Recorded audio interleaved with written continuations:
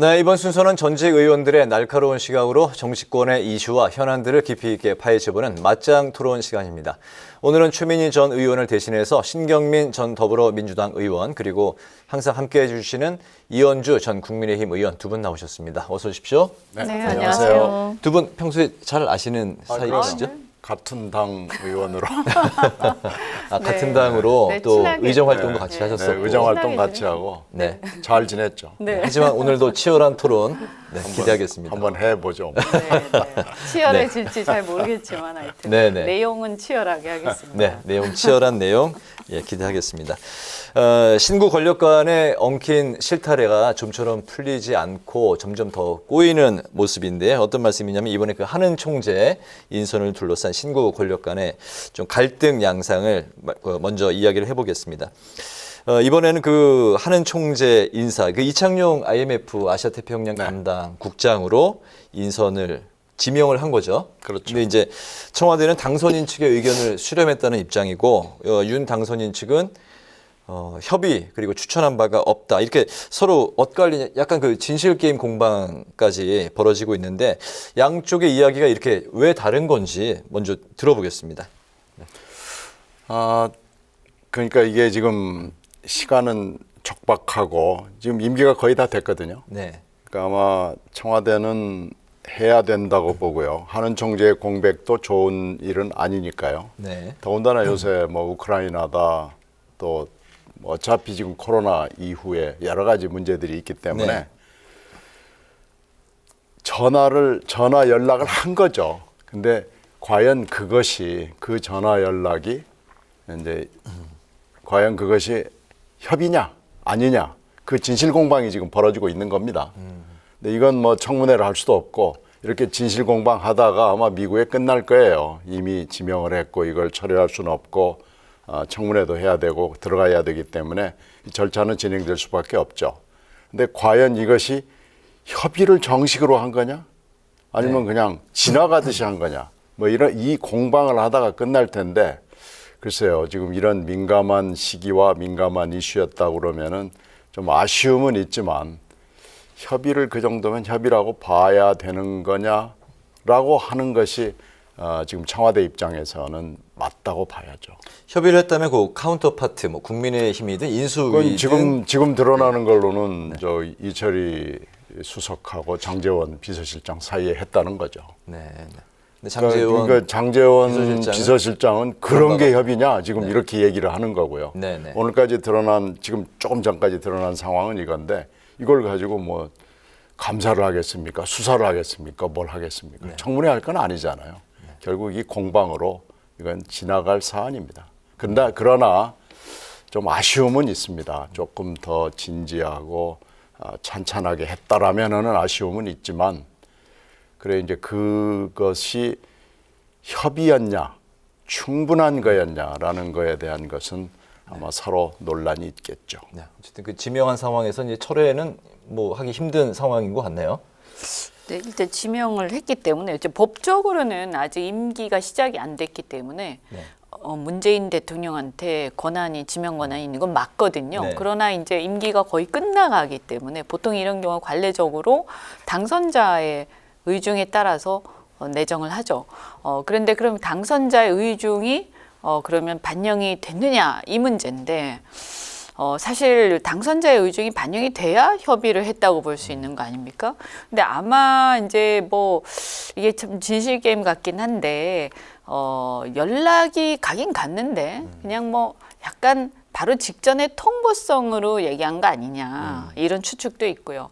아니면 그냥 슬쩍 흐르듯이 얘기한 거 아니냐. 그러면 이제 장제원 비서실장 입장에서는 이거를 후보한테 보고를 해서 후보의 동의를 얻어달라라고 얘기를 하진 않았을 거란 말이에요. 만약 그랬다면 당연히 뭔가가 더 다른 절차가 있었겠죠. 근데 네. 그런 건 없었기 때문에 그러니까 그냥 설사 통지를 했다 하더라도 그러니까 그러니까 아주 간단하게 살짝 얘기한 것 같아요. 연락이 갔다 하더라도 그러면 이거를 당선자 의중을 확인을 해달라라고 얘기를 했었어야 되는데 그 부분은 하지 않은 것 같습니다. 그런 정도의 얘기는. 그래서 이 과정에서 커뮤니케이션 과정에서 조금 좀 미흡한 부분이 있다. 그래서 네. 요거는 이제 권력이 이양되는 과정에서 아마 청와대에서도 약간 미흡한 부분이 있고 또 장제원 비서실장 측에서도 이 어떤 연락 이런 것들을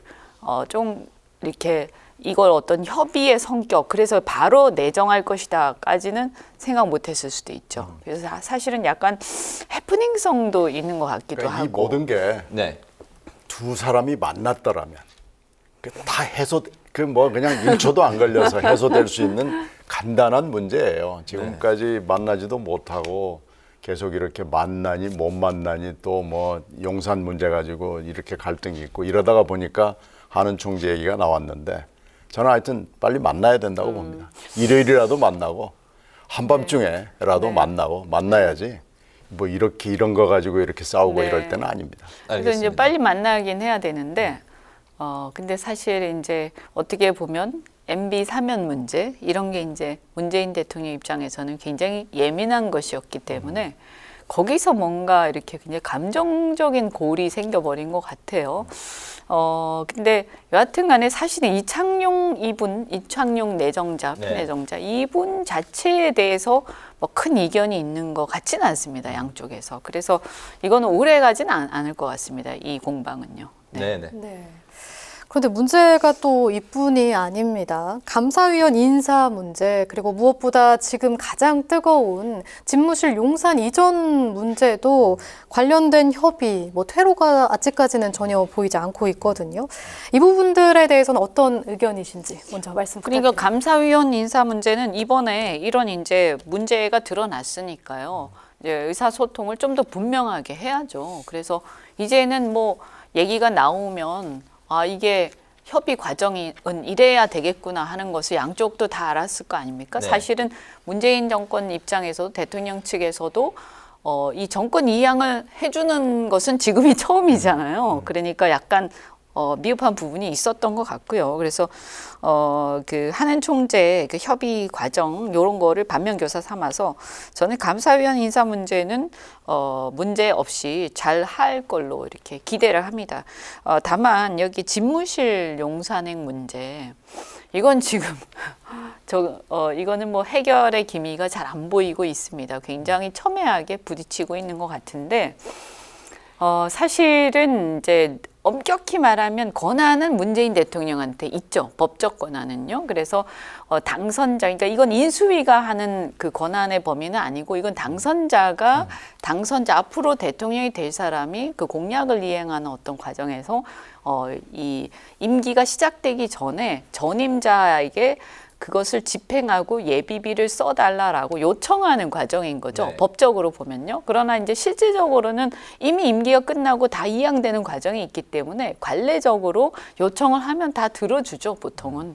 그런데 이번에 이제 문재인 대통령께서는 이런저런 어떤 이유 또 뭐 나름대로 또 심각한 이유도 들어서 반대를 아주 좀 제가 볼 때는 분명하게 하고 있는 것 같습니다. 그래서 이렇게 되면 뭐 이것을 강요하거나 강제할 수 있는 방법은 없고 윤석열 당선인이 자기의 권한으로 현재 할 수 있는 것도 없습니다. 그래서 이것을 서로 간에 이게 협의가 안 되면 결국에는 임기가 시작되고 나서 할 수밖에 없는 그런 상황으로 가는 거죠. 그렇게 되면 사실 국민들 볼 때는 뭐 이해는 합니다만 국민들 볼 때는 보기가 별로 안 좋기 때문에 네. 가능하면 좀 협조를 해주시면 좋겠습니다. 감사위원 문제는 좀 다를 거예요. 일단은 한은 총재는 법률적으로 형식적으로 독립기관이기 때문에 그냥 뭐 적당한 선에서 이렇게 마무리될 수 있지만 감사위원 문제는 굉장히 어려운 여러 가지 정치적 또 행정적 문제가 있어서 아마 치열하게 네. 청와대하고 지금 당선인 측하고 토론이 있을 수밖에 없고요. 이건 좀 시간이 더 걸릴 거고 더 굉장히 복잡한 과정을 거칠 것으로 예상이 되고요. 용산 문제는 현재로서는 출구가 보이질 않습니다. 전혀 보이지 않고 지금 월요일 날 그 확대 NSC에서 노라고 청와대 쪽에 대통령의 직접 멘트가 나오니까 그래 그럼 난 통이동에 있을게 지금 이렇게까지 된 거 아니겠어요?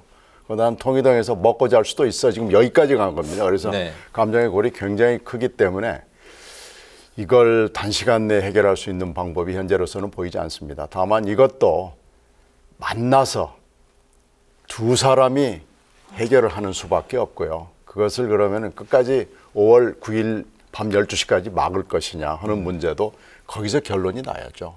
이건 지금 아무도 풀 자가 없습니다. 대한민국에 누구도 없고요. 딱 두 사람밖에 없거든요. 네. 그러니까 문윤 두 사람이 풀어야죠. 이걸 누구 뭐 중간에 누구를 넣고 풀어보자. 이건 저는 불가능하다고 봅니다. 네, 어쨌든 이 터널의 끝이 보이지 않는다고 말씀을 하시니까 이 문제의 그 심각성을 더 절감할 수 있을 것 같은데요. 그 대통령 집무실 이전 문제가 국회로까지 지금 이제 온 상황인데 이제 기재위 행안위에서도 공방이 지금 예고가 돼 있는데 어제 그 국방위에서 국방부가 안보 우려 또 비용 초과 등을 이제 거론을 하면서 난색을 이제 표명을 했습니다. 두 분 어떻게 보셨는지 들어볼까요? 지금 뭐 군도 완전히 그냥 전현직 그 군들이 양쪽으로 다 갈라져 있어요. 한쪽은 안보 공백 없다 그러고 한쪽은 있다 그러기 때문에 이거 가지고 이제 뭐 공방을 하기 시작하면 끝이 없고요. 네. 안보 공백이 있는지 없는지는 그건 잘 모르겠지만 우리가 그냥 단순히 이사라고 생각해도 가정집 이사도 뭐가 좀 되려면은 한 달 걸리거든요. 그러니까 이 엄청난 지금 6천 명이 넘는 인력인데다가 더군다나 다른 데로 간다고 그랬으면은 가령 뭐 내가 교육부로 들어가겠다라고 윤 당선인이 얘기했으면 이렇게 문제가 안 되죠. 과연 내가 과천으로 가겠다랄지 아니면 나 세종시로 갈래 이렇게 했으면 문제가 안 되는데 이게 문제는 국방부로 가겠다고 해서 이 모든 문제가 생긴 거거든요. 왜 하필 국방부냐 그래 국방부가 훨씬 더 안전하다 지금 그건데 이거 좀 여기서 문제가 심각해진 거기 때문에 이 문제를 풀 수 있는 방법이 지금 전혀 보이질 않는 겁니다. 네. 그리고 예비비는요, 지금 액수는 막 축소하고 줄여서 지금 500억이 조금 안 되는 돈을 내놨지만요. 예비비는 정말로 현직 문 대통령의 권한입니다. 그리고 현직 장관들은 현재 문 대통령의 보좌진입니다. 그러니까 문 대통령이 그래, 그렇게 합시다라는 말이 나오기 전까지는 그게 이제 행안부를 통해서 기재부로 가야 되는 거거든요. 법률적으로는. 네. 아무도 못 움직입니다. 국방부도 못 움직이고 행안부도 못 움직이고 기재부도 못 움직이는 거거든요. 그러니까 이렇게 따지고 보면 지금 풀 수 있는 방법은 국회도 아니고 아무것도 아니고 아까 말씀드린 대로 지금 5천만 우리 국민 중에 딱 두 사람밖에 풀 수 있는 사람이 없습니다. 그렇군요. 네. 근데 이게 이제 법적 권한은 분명히 문재인 대통령한테 있는 게 맞죠. 퇴임할 때까지는. 그래서 끝까지 만약에 합의가 안 되면 결국에는 취임할 때 그 대통령의 권한으로 윤 당선인이 이제 대통령이 되셔서 이 예비비라든가 이런 것들을 설정을 해서 집행하는 수밖에 없는 거죠. 그래서 뭐 이거를 강제할 수 있는 방법도 없고 아무리 압박을 해도 문 대통령께서 동의하시지 않으면 안 되는 겁니다. 네. 그러니까 지금 상황은 이제 요청을 하는 건데 보통은 관례적으로 다 동의해 주는데 이거는 이제 이 덩어리가 크다 보니까 또 여러 가지 국방이나 안보 문제가 있다 보니까 이견에 있어서 물러서시지 않는 거고요.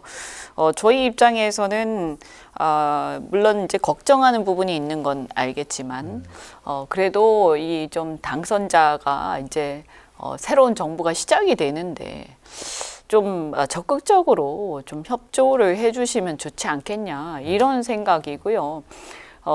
또 이제 안보 공백이라든가 여러 가지 이제 실무적인 또 우려 이런 것들도 분명히 있습니다. 이게 짧은 시간에 이게 다 될 것이냐. 그렇지만 만약에요, 제가 볼 때는 문 대통령께서 예비비 이렇게 딱 잡아주시고 그래서 집행을 시작을 했단 말이에요. 시작을 했는데 이렇게 해 보니까 취임할 때까지 예를 들어서 뭐 우리가 보면 이 대통령이 계신 곳이잖아요. 그렇게 되면 사방에 뭐 어떤 여러 가지 보안 문제라든가 또 경호 문제 때문에 거쳐야 될 과정이 굉장히 많습니다. 그럼 그게 2달 안에 안 될 수도 있어요. 근데 그게 안 되는 것은 안 되는 걸 억지로 할 수는 없기 때문에 윤 당선인도 그때 가서 취임할 때가 딱 됐는데도 이게 진행이 됐는데 2달 안에 안 됐으면 그것은 받아들이고 아마 그 과정을 지나고 기다리실 거예요. 그런데 문제는 뭐냐면 일단 시작이라도 빨리 좀 해달라라는 거죠. 네. 네. 알겠습니다. 네. 이와 관련된 여론조사도 속속 나오고 있는데요. 지금까지 나온 결과들을 보면 반대 목소리가 더 큰 상황입니다. 민심이 이렇다면 윤 당선인도 좀 부담이 될 텐데 과연 용산행 경로를 좀 수정할지 아니면은 워낙 의지가 강한 만큼 그대로 직진할까요? 어떻게 생각하시나요? 이거는 사실 이제 뭐 윤 당선인이 그런 말씀하셨죠. 이거는 국민들의 여론을 보고 결정하기보다는 때때로는 이제 그 리더의 결단이 필요한 사안들이 있다. 그러니까 뭐 이게 국민들 여론을 들어서 결정해야 되는 사안은 아닙니다. 그냥 당선자가 결정하면 되는 거예요. 결단 내리면 되는 거긴 한데 어쨌든 간에 정치적으로 부담이 있는 거죠. 또 특히 저희 같은 경우에는 이제 지방선거 앞두고 있기 때문에 정치적으로 이제 부담이 될 경우에는 이것을 어떻게 할 거냐 하는 고민들은 분명히 있습니다만 지금 윤 당선인께서는 요거를 그냥 나의 결단으로 책임지고 가겠다라고 분명히 기자회견 때 밝히셨어요. 그래서 이 부분은 뭐 참고사항은 되지만 어떻든 책임을 지겠다라고 분명히 말씀하셨기 때문에 저는 이게 뭐 수정이 될 것 같지는 않습니다. 경로가. 아, 그렇습니다. 네. 네. 이번에 이제 용산 이 국방부 문제를 보면서 국민들이 본 건요. 아, 당선인의 업무 스타일이 이렇구나라는 걸 본 거예요.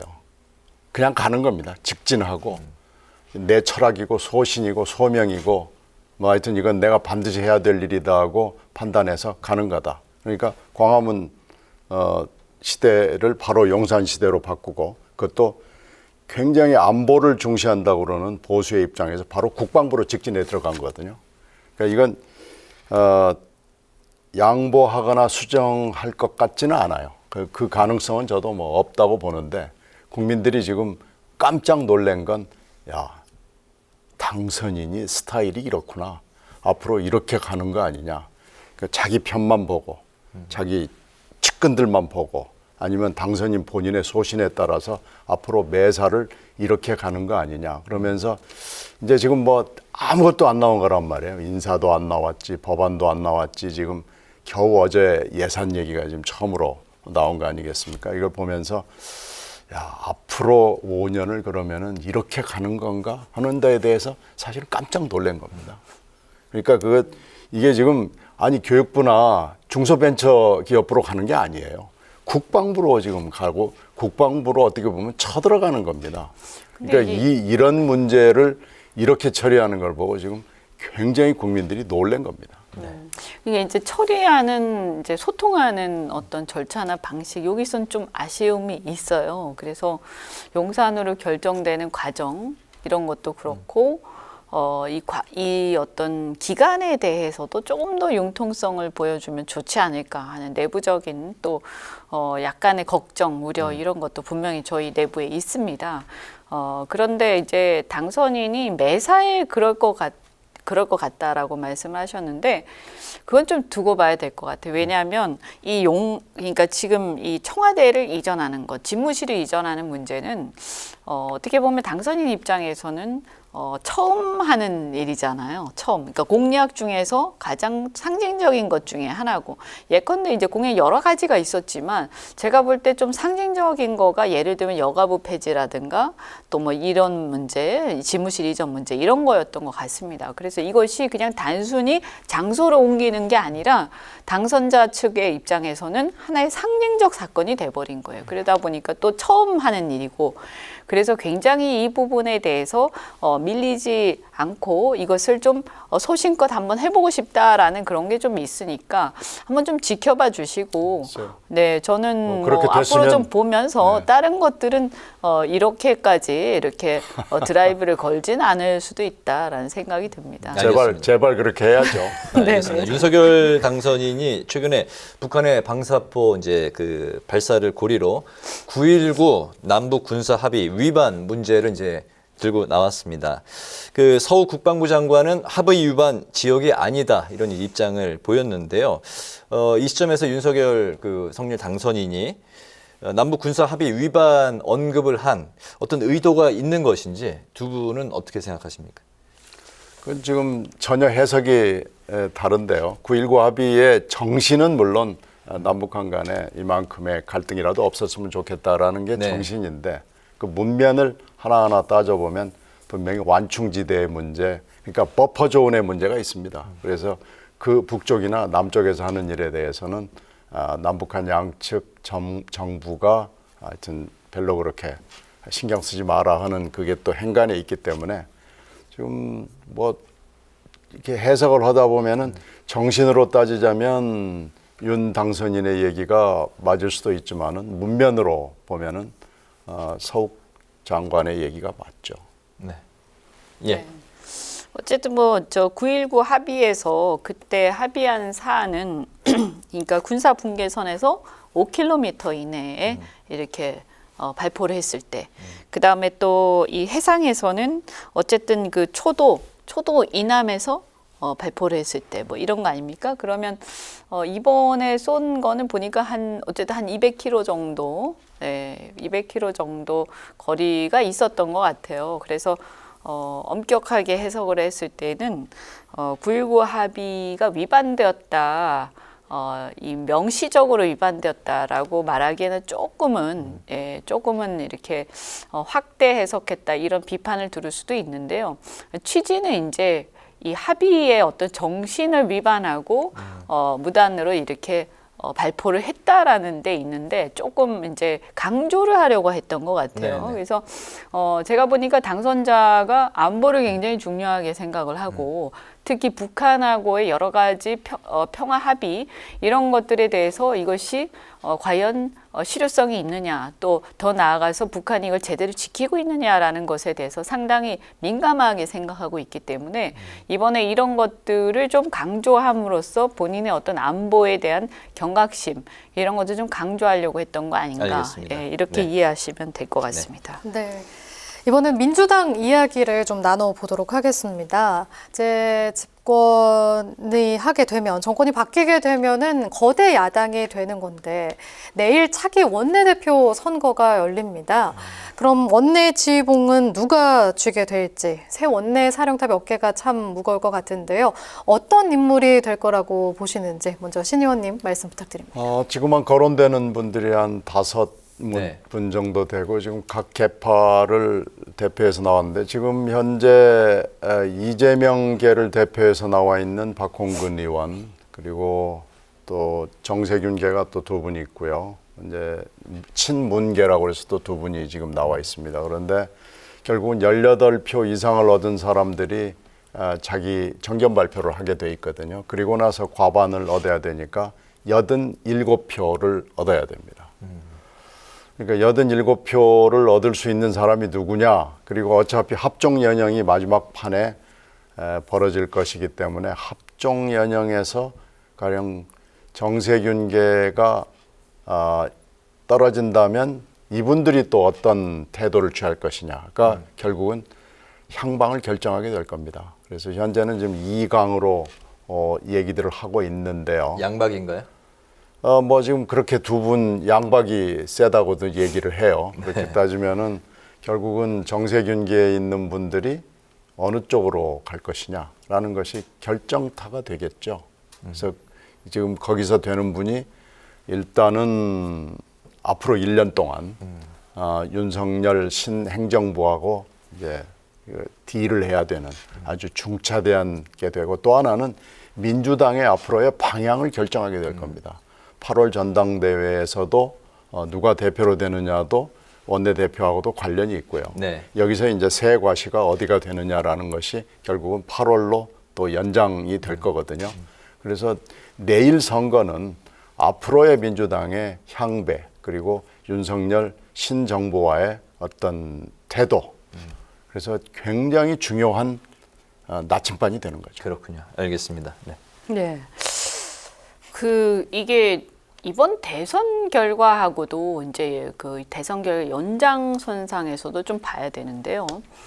어쨌든 민주당이 좀 정권 교체 열망 속에서 불리한 선거다라고 다들 많이 생각을 했죠. 그런데 의외로 그 차이가 0.73%로 상당히 근접을 했습니다. 이제 저희 이제 국민의힘 입장에서는 사실 굉장히 간담이 서늘한 그런 상황이었는데 뭐 그 이유가 뭐 반사적 이익 때문이었든 아니면 뭐 민주당이 잘 싸웠든 여하튼 간에 그러다 보니까 이게 지금 흐름으로 보면 약간 이재명의 민주당으로 가고 있는 것 같다 이런 생각이 좀 들고 특히 저는 깜짝 놀란 게 낙선한 그날 새벽에 다음날 새벽에 그 전화 이렇게 서로 막 교신이 있으면서 비대위원장 문제라든지 이런 것들에 대한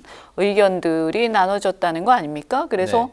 아니 낙선한 바로 다음에 저렇게까지 권력 투쟁의 순발력을 좋게 얘기해서 순발력이고요. 나쁘게 얘기하면 집착이죠. 그래서 또다시 놀랐다. 그래서 이재명이라는 이분이 상당히 지금 권력 지향적이구나 이런 생각이 들고요. 그래서 저는 지금 현재의 흐름으로 보면 물론 박홍근, 박광훈 두 분이 상당히 치열하게 또 얘기를 하고 그 경쟁을 하고 있고 네. 과거에 대선 전 같았으면 아마 박광훈 의원이 되셨을 텐데 유력하죠. 좀 더 이렇게 좀 뭐라고 해야 돼? 이 유연한 부분들도 있고요. 의원들한테도 좀 더 인기가 있는 걸로 저는 알고 있는데, 그런데 지금 이 흐름 같으면 이재명계가 미는 사람이 되지 않겠나. 예. 누군가요? 그건 뭐 박홍근 후보 네. 아닙니까? 뭐 저도 잘 모릅니다. 네. 그렇게 듣고 있습니다. 네. 네네. 제가 한마디만 더 보태면 네. 네. 결국은 대장동 문제를 어떻게 하느냐, 이게 이제 특검으로 가느냐 아니면 그냥 일반 특검으로 가느냐, 뭐 이거에 아니 그 일반 수사로 가느냐, 이거에 또 달려 있다고 보여요. 그래서 내일은 어떻게 결정이 나든지 간에 결국은 대장동 문제가 앞으로의 민주당을 결정하는 데 있어서 진로 결정에서 결정적인 사안이 될 겁니다. 네. 말씀하시는 게 그렇다면 어떤 걸 누구가 유력한지 좀 알 듯 말 듯한 다 알지 않겠습니까? 같은 의견이신 것 같기도 하고 아무튼 내일 결과를 지켜보도록 하겠습니다. 오늘 그 맞짱 토론에서는 그 MB 사면 문제에 이어서 한은 총재 인선으로까지 번진 신구 권력 갈등 그리고 민주당 차기 원내대표 선출권에 대해서 살펴봤습니다. 지금까지 신경민 전 더불어민주당 의원, 이현주 전 국민의힘 의원 두 분과 함께했습니다. 오늘 토론 잘 들었습니다. 고맙습니다. 네, 고맙습니다. 고맙습니다.